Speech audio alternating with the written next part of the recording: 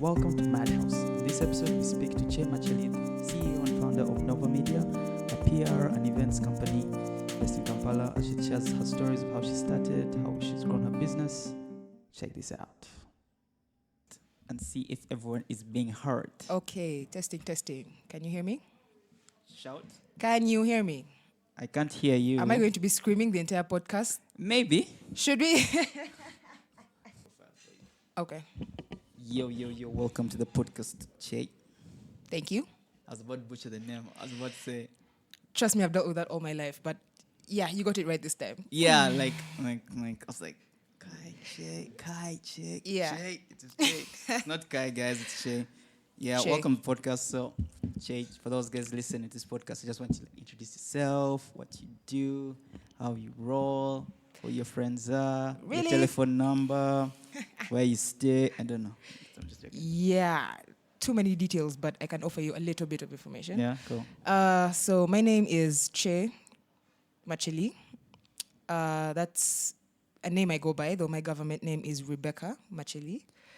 Yeah, Rebecca is a government name. It stays on paper. No, but Filling now out forms and stuff. It just gives me something to call you, so that I kind of feel like No, if you call me Rebecca, you'll be talking to yourself. I can never turn. Becky No chance. with the good hair. No way. I don't know. No way. We can do all those ones. Yeah. Just make it. So, Kye Makyeli, I am by profession a copywriter and communications consultant. Cool. I am also the CEO of Nova Media, CEO which is of Nova Media. it's a boutique PR company. Okay.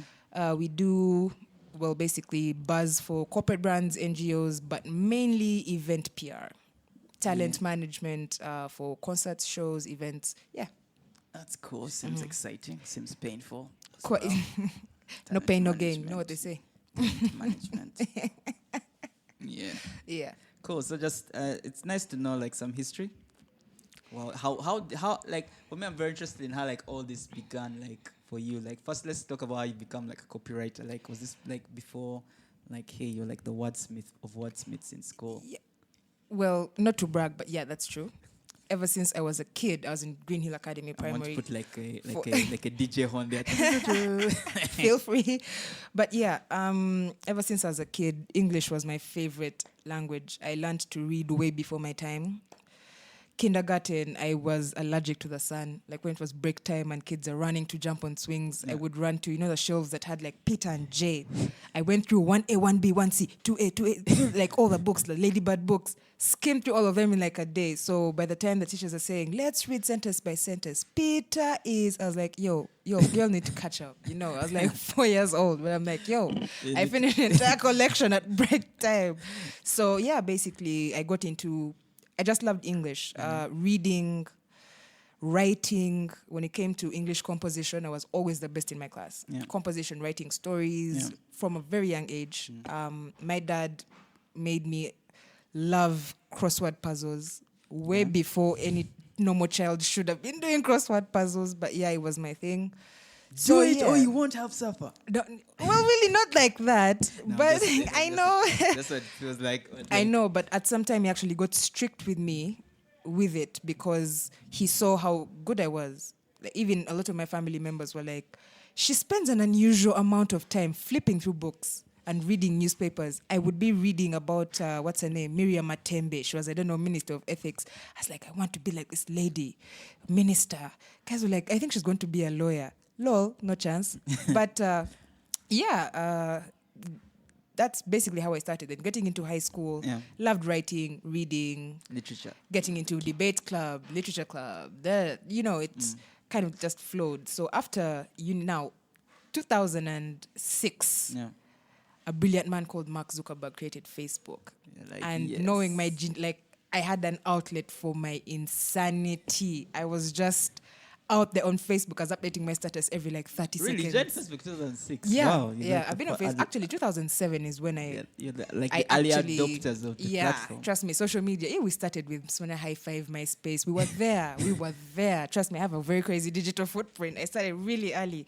So Facebook, basically, I would put out stories. I would put a humorous twist to stuff happening around. Let's say there was an election. I'd make a crazy, hilarious twist. Somehow, Harry Sagara fell on my... you know Harry Sagara? No, I don't know Harry Sagara. Harry Sagara, the writer?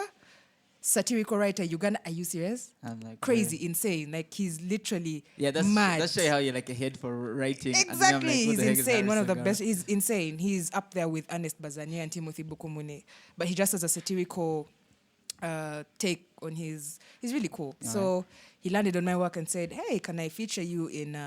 He was writing for New Vision at the time. Okay. And said, "Can I have you as a guest writer?" I'm like, "Fam, I'm 17 years old.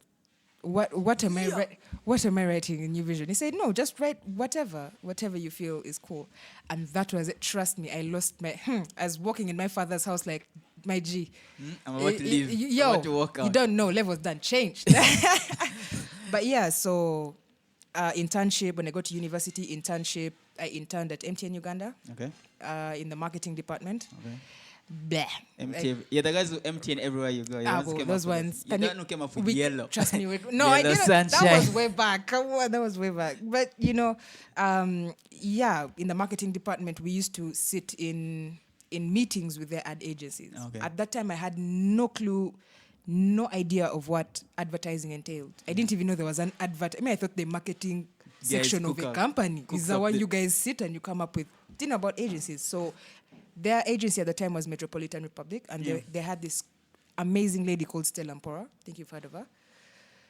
And she's this short lady with a tiny voice, but she commanded so much presence in the room. It's like a boardroom full of, marketing. He's Martin Sebuleva. He's, seated. And she's talking and she's like, "You guys don't want to pay us some money? You guys want we have very brilliant concepts. You have 5 concepts for you." But where I said, I don't know what that chick does, but I want to be that. I want to be that. So I go to the marketing manager and I was like, "Who's that?" He said, "Oh, no, that's a lady from the ad agency." I said, "Ad agency?" So I go to Google. Yeah. At my desk, ad agencies. What's the ad agency? Metropolitan Republic. I said, okay. So after going through campus, I found every way to find myself in. I started making friends. Like, you go to the bar and I'd meet people and I'm like, "Do you know any friend?" Like, it would be a conversation and you were talking about something normal. Like, "So what are your hobbies?" I'll be like, "I like swimming. I like reading." "Do you know any people in the advertising agency?" Like, I would just drop. I'm like, "Do you know anyone in the ad agency?" I'm like, "Yeah, I have a few friends who work here and there." And that's how I got in. So when I got out of campus, my first ever job, the universe works in mysterious ways. I woke up one day and Shanice Kachungira called me. The Shanice Kachungira. I said, who am I? I said, "Daddy, Shanice Kachungira called me. I got a job."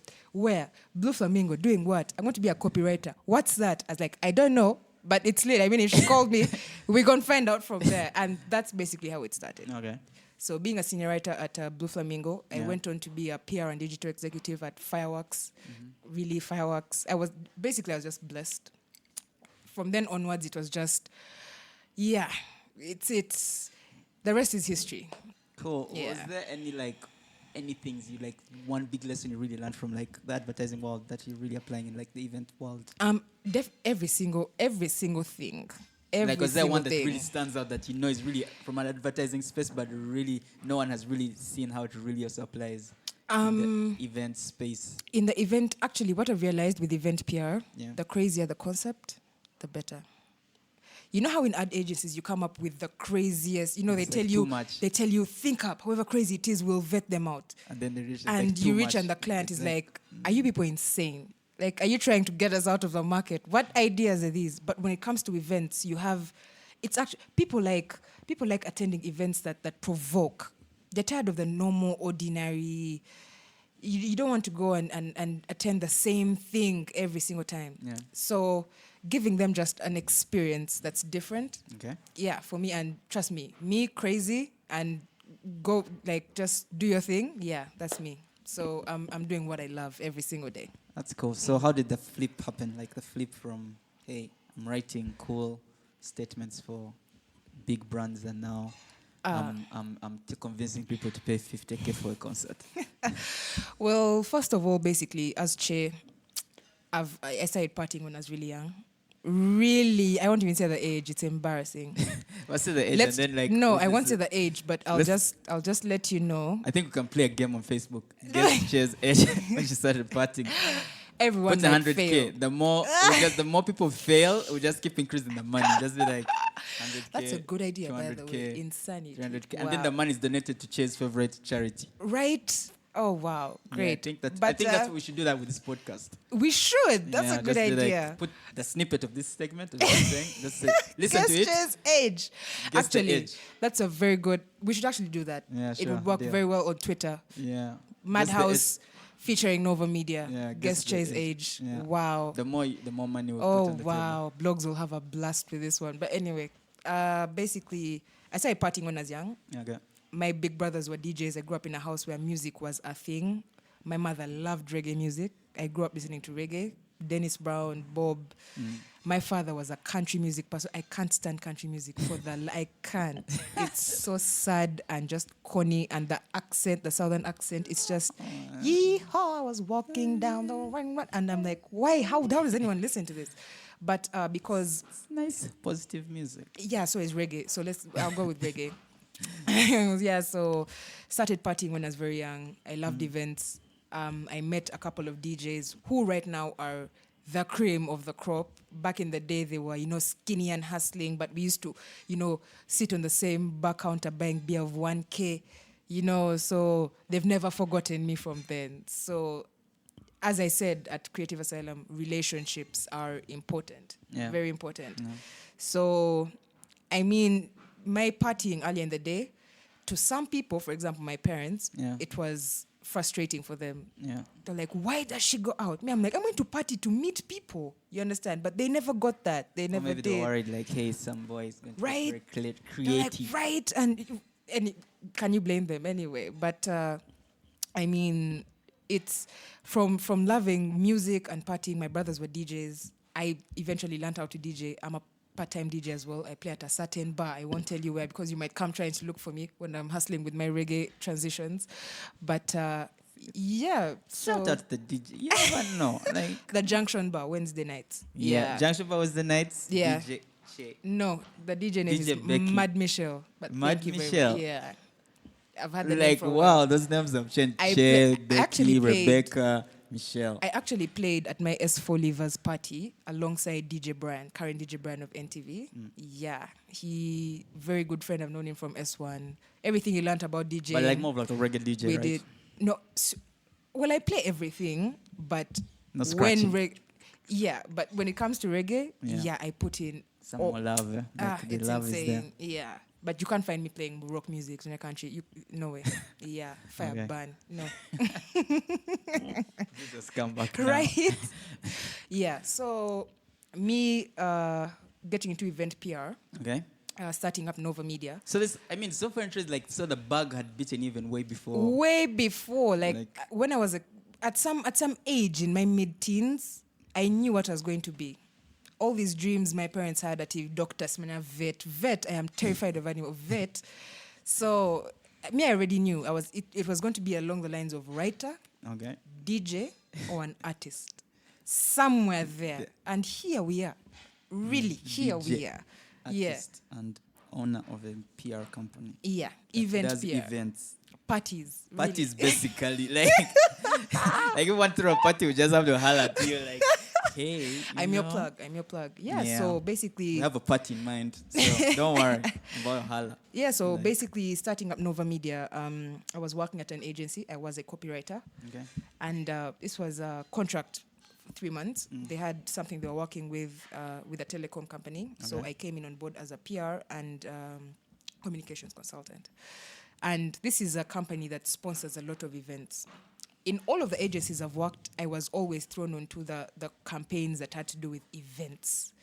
Let's say Smirnoff. They always put me on those accounts, Smirnoff, Belaga. Nothing to do with during that day, but let's help the children of Uganda. No, it's there's a party, there's a concert. Che, you're there. I'm like, does it occur to you guys that after working 8-10 hours for you, I also want to sleep? I don't want to go to the party. Yeah, so I'm like, no, we need you on site. You're gonna. So it's always... my reputation preceded me. Like every agency I went to, I wouldn't even ask. It's just, Che, you're handling this concert, Che, you're handling this and this. I'm like, guys, let me also spend good time. Let me do some CSR. Let us go and sweep the streets of Kampala. Let me be at the forefront so people can see that I'm not just a lumpen. You understand? That's how the lumpen methodology came to be. Now, lumpen comes from far. That's a different story. I was like, why is she calling herself lumpen? Now, lumpen, the lumpen story is my favorite. I love telling this story, and I'll tell it over and over again. In 2011, I was coming from a very crazy night out.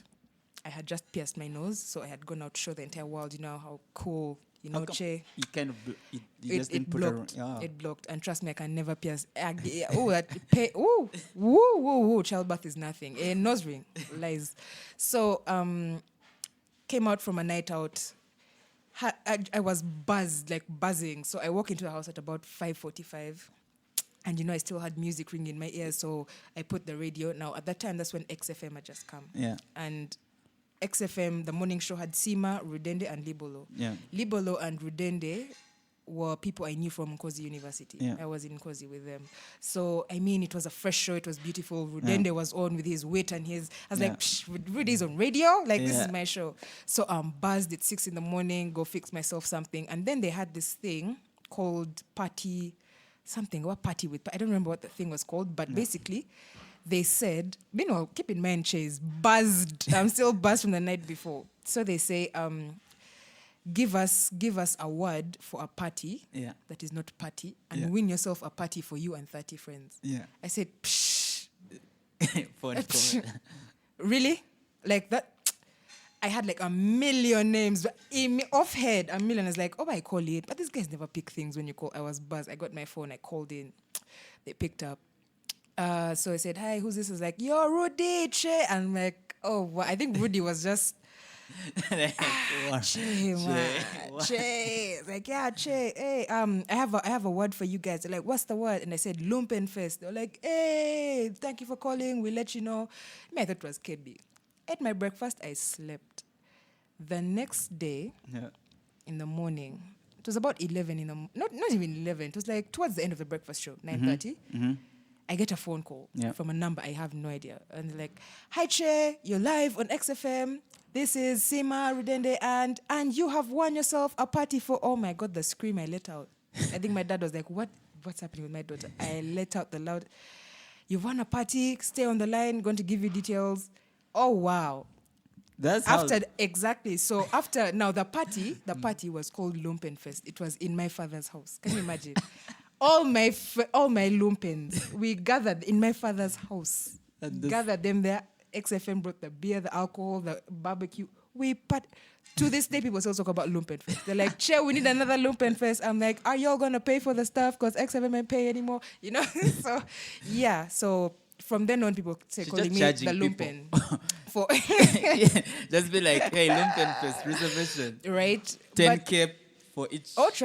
You don't worry. There's a lot in the works. Don't worry. But so my friends just started calling me the Lumpen from then, and I just accepted it. My Twitter handle is the real Lumpen. Yeah, always I've been like, what's the Lumpen? Now, Lumpen methodology comes from, there was in Nkosi, my worst class was called research methodology. It was the absolute, the lecturer hated me.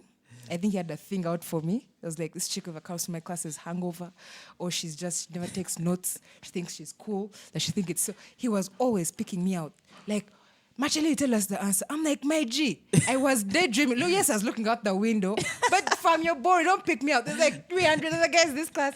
Why do you keep picking me out? So Lumpen method, like it just worked. I said, yeah. I have a blog actually, Lumpen methodology. Yeah. That's cool. Works. That's like a whole podcast of its own. Right. Just, my story that's is really. I mean, now as I know, I even appreciate the hashtag more. Yeah. Than before. I was like what? Right? What? It's what? Like, is he just trying to be clever on Facebook like everyone else? Because everyone can have very clever hashtags. I know. And I'm like, but that's basically the story of Lumpen methodology. Awesome. Yeah. Cool. So now we're back to Nova Media. Yeah. So being in charge of events and stuff, I'm working for this agency, and they have a telecom company, and they were working on. They had just signed on. They had their brand had taken a direction where they were now sponsoring artists, like they were using artists as influencers. And of course, if a telecom is using artists as influencers, I wonder anyway. Sorry? I wonder if that ever works. For some. Yeah. It worked for Airtel. Africell not so much. But Yeah, whoever AfriCell is picking those artists for AfriCell. Yeah. Now, I'm sorry. Yeah. AfriCell feels in this. There's a problem with those people They you're picking. failed. I'm sorry, but I'm not sure yeah, those are influencers. there are But things okay, amplifiers, ambassadors, whatever term you want to use, really. But did the wrong definitely, if you're people. using, and I mean, it's part of the contract. Yeah, if you're using okay. people as ambassadors, especially artists, Yeah. you in turn have to sponsor okay. their like Events, concerts, that's okay. events yeah. So first of all, I found these, but they were so boring. It was the most boring campaign I've ever worked on because all these artists are just, first of all, a lot of them are passing off to be kings of reggae music in Uganda. I was like, you know what? Like, where am I even here? I didn't even want to be in the same room with the artists, Like but you call I had that to. reggae? I was like, right. And then you have to go with them on all their media tours, and then the hosts are hyping them up so much. And yet the host who does I know wanted to throw nothing my about shoe in the reggae. middle of the recording. I was like, can you all, like, why? Why do you... it was just annoying. And then somehow, Ali Alibai got in touch with me. Yeah. I was at my desk and then got in Talent touch with Africa? me. That's Yes, Ali Alibai, yeah. Talent Africa. The Ali Alibai. Yeah, The indomitable Yes. Ali we- Alibai. We've heard a lot about him. Yep. And he got in touch with me and said, hello, somebody dropped your email at my desk. I have an event coming up and I believe I can use your expertise on this. Yeah. And I said, what expertise do I have that Ali Alibai... Ali? I thought it was a joke. I looked around the creative room and I was like, guys, whoever did this, like, seriously, gigs up. Like, what, come on. And they said, Manche, Ali, go for the meeting. So I go for the meeting and then he tells me, he didn't tell me what event it was, what. Okay. And then he tells me, he just starts the slide, it's like, nice to meet you, blah, blah, blah, starts the PowerPoint slide. Okay, he's going slide by slide. He's like, the show is called Kampala Love Live Experience. It's like, now really, I have to go with other artists who are now faking reggae and dancehall because I could see the colors. I didn't see the artists. I was like, now, che, we're back here. We are back here in mediocrity. I said, you know what?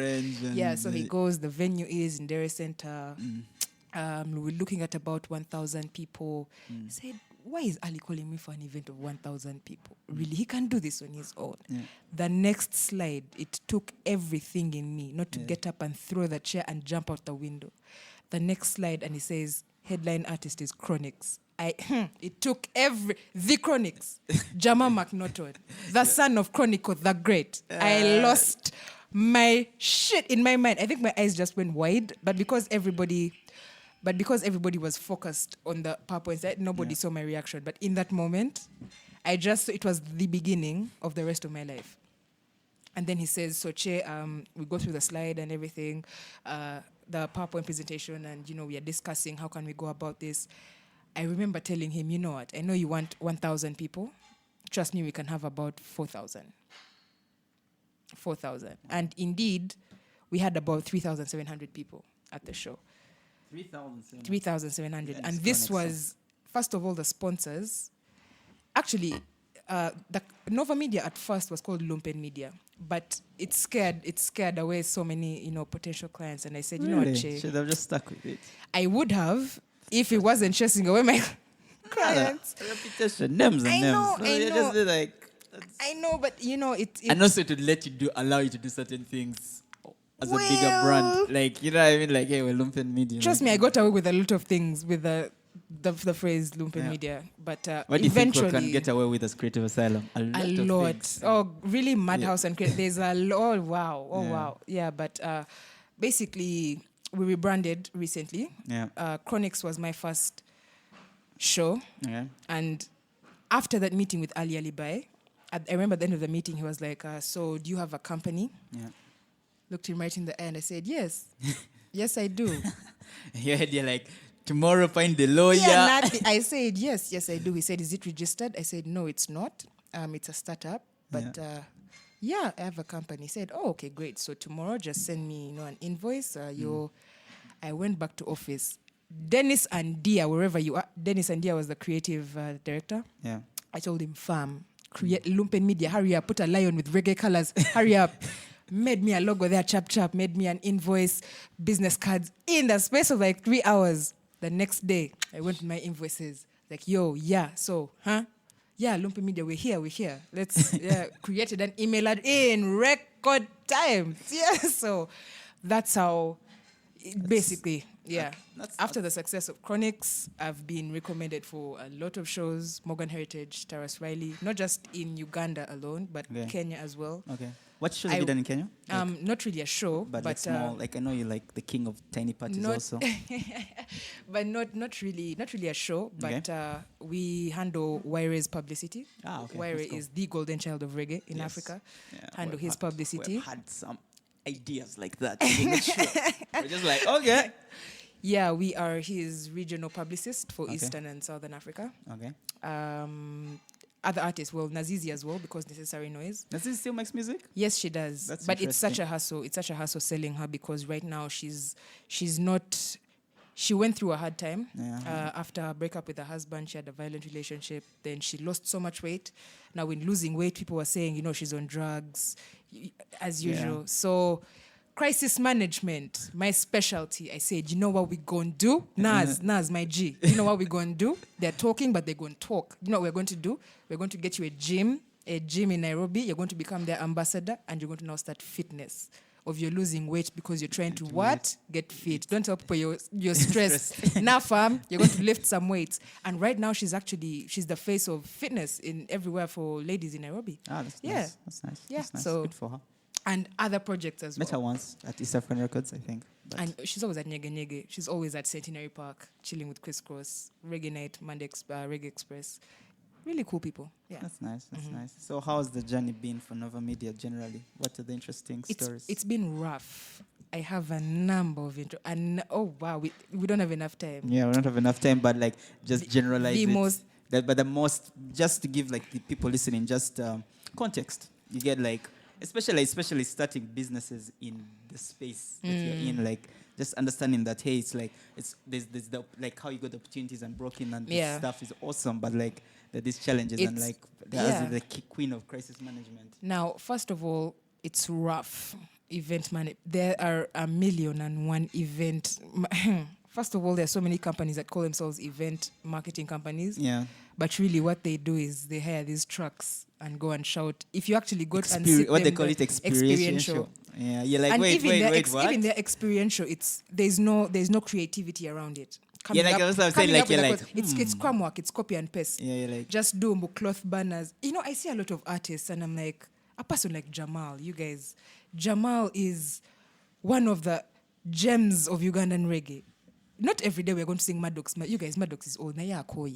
Jamal is making so much music, good music. He's headlining concerts in Europe. He's headlining concerts in Asia. He's doing so well. But back home here, he's not put in that light. Now, event marketers, for me, it's just there's a lack of creativity, and I believe that Nova Media, what we do different is because of my experience in advertising and basically madness. We give people a different experience. okay. Yeah, every project that we are part of, if we give you a concept, it's going to be something different. Yeah. Awesome. You guys have heard, everyone listening. Yeah, those are doing parties. For me, I'm interested in the parties now. That's what I'm interested in. Yeah, well. And yet I don't even like parties. Really? Or even Who crowds. doesn't like parties? Or even crowds. Like, that is how... Well, Yeah, because and yet I'm the silent person and I speak in front of a crowd. we should But, we should do a party where there's like a booth for introverts.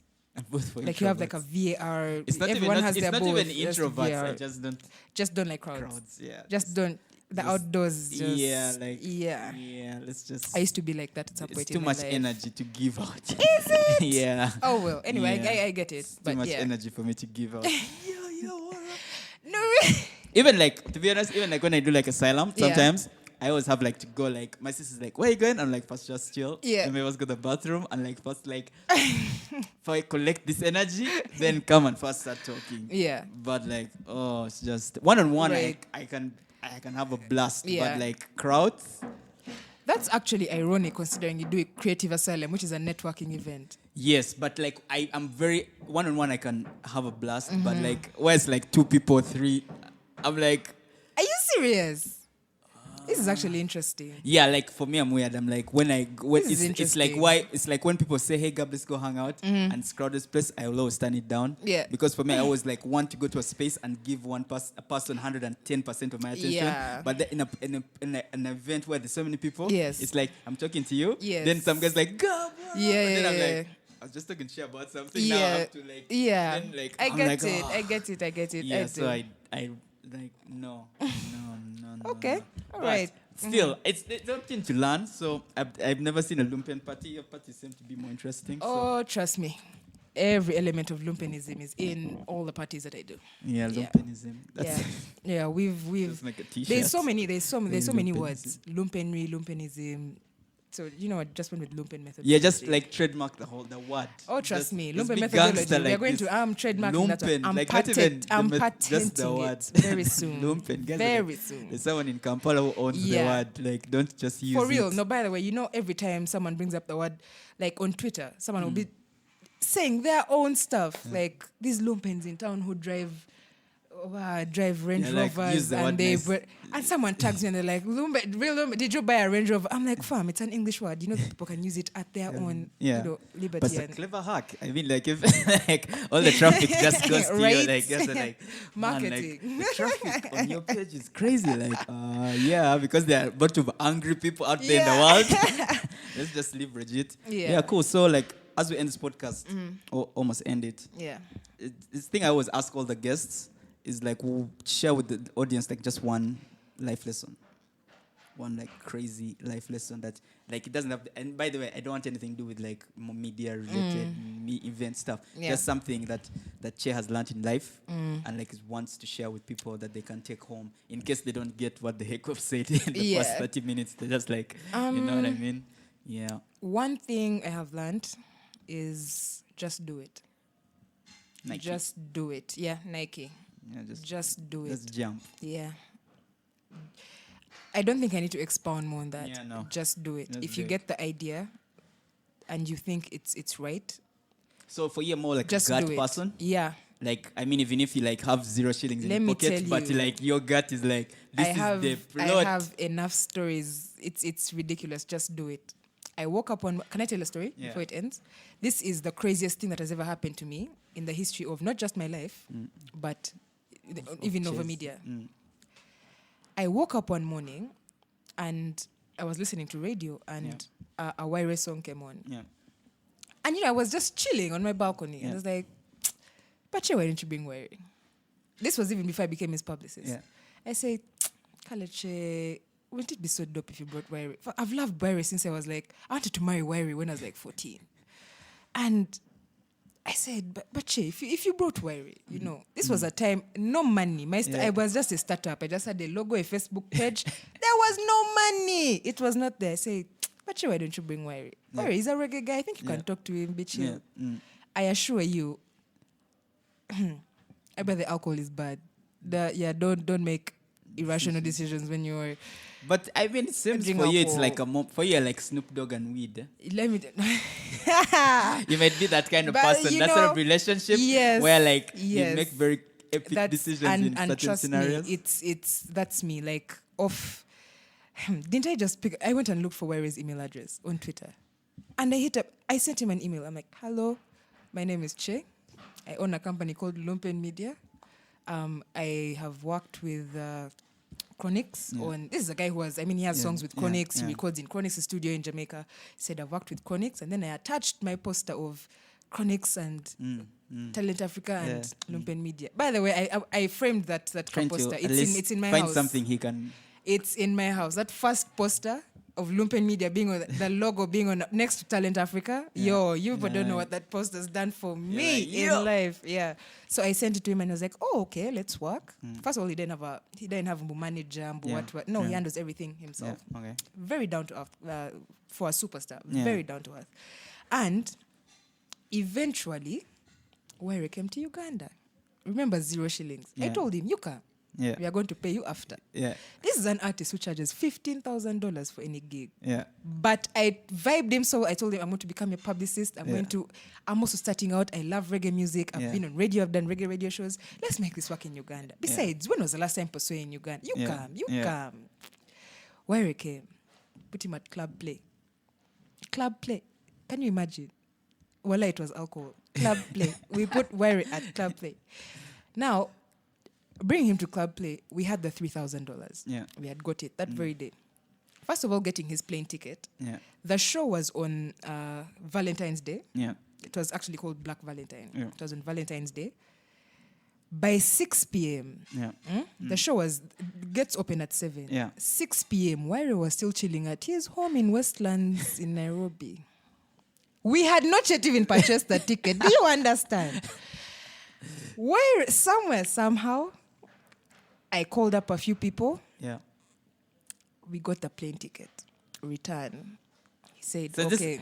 just a question, just to give this is crazy, but this for me is very interesting because I really need to put. Is this hassle of getting the plane ticket sort of like favors and some people you know and friends of like, hey man? It really depends. Because, you know, there are travel agents, and then sometimes if the travel agent maybe is unable to come through for you, you just have to go straight to the booking office. Yeah.